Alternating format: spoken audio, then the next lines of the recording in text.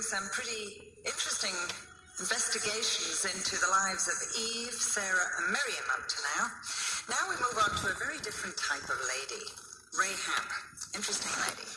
Her story is in chapter 2 of Joshua.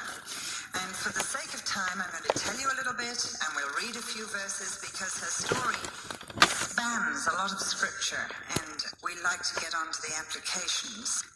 Her story actually goes all the way from chapter 2 to chapter 6, and ends up in James in the New Testament, chapter 2. So she's read the Bible quite a lot. She is indeed a woman who changed her world, her own world, her immediate world in a very dramatic fashion. She lived in Jericho, so she still had Jordan between her and 250,000 people that were busy mopping up the towns in between the Red Sea and Jericho, which was the first town the other side of Jordan. So Jordan was no Red Sea, but it was deep and it was difficult to cross. There weren't any bridges. There were no spans like we have in our days when you can just walk over the place, and nobody had done anything like that. And so people would have to wait until the Jordan more or less dried up. And at this point, it was flood time. And when it was flood time in the Jordan, the rivers overflowed its banks, and it was very deep and very wide. So at least there was a natural barrier between all this horde of people and Rahab's city called Jericho. So Joshua sent some spies out. Somehow they got over Jordan, and they managed to get up to Jericho, even though it was a very big walled city. And there was a house on the wall. The houses were built into the walls of Jericho that belonged to Rahab. And the two spies made straight for her house. Why? We will not ask questions, but they did. And whether she was an innkeeper and whether it was a brothel, who knows? But that's where they ended up, in Rahab's house. The king heard that they were there. He sent soldiers to the door, and she had to make a choice. What was she going to do? She could very easily have delivered the spies, but she happened to believe what the spies had been telling her. So she took them up to the roof of the house. She covered them with a whole lot of flax that was drying up there. And when the soldiers came to get the spies, she said, they heard you coming, and they went that away, pointing in the opposite direction to the Jordan where the rest of the children of Israel were, which was rather stupid of the soldiers to listen to her. So she must have been a pretty good liar. Managed to convince them that what she was saying was the truth. Brought out the men, let them down through her window, which happened to be on the wall of Jericho, with a rope, not before she had said to them, now then, when your God gives you our land, think kindly of me, as I have dealt kindly with you. And the spies promised her that everybody she brought into her house would be safe. Anybody, her father, her mother, her relatives, that dared to step outside the house would not be safe, and that would be their problem. And so they said, now, just to make sure that we remember this promise, hang a scarlet thread in the window of the house. And so when she'd let them down, she hung the scarlet thread in the window of her house, and they went their way. So now there was nothing left but to take the land, and they walked round and round and round the city.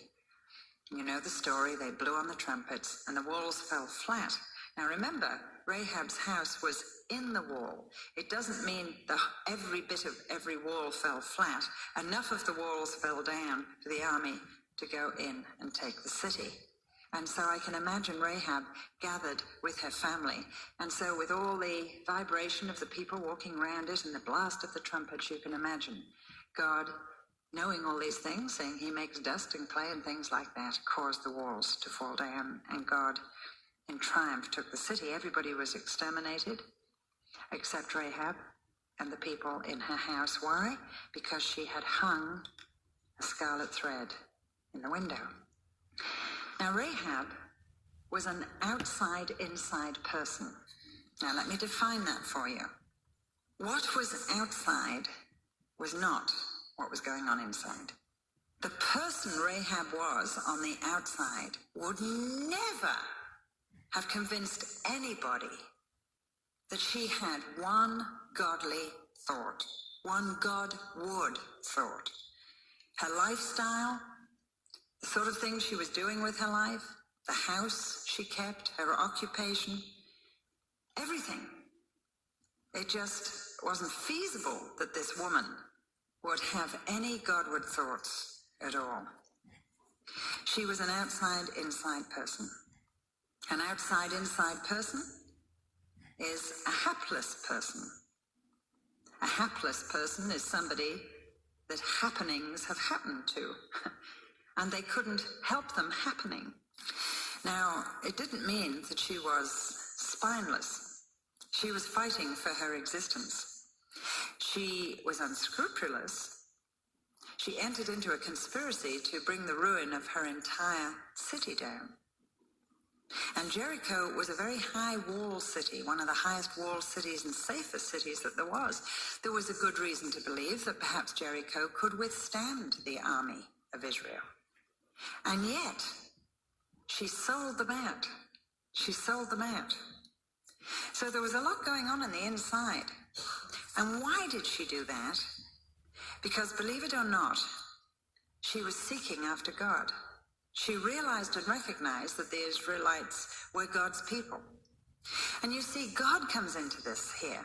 God is looking down at our world, and he's looking at outside-inside people, at people that are saying things on the outside that aren't at all true about the person who lives on the inside.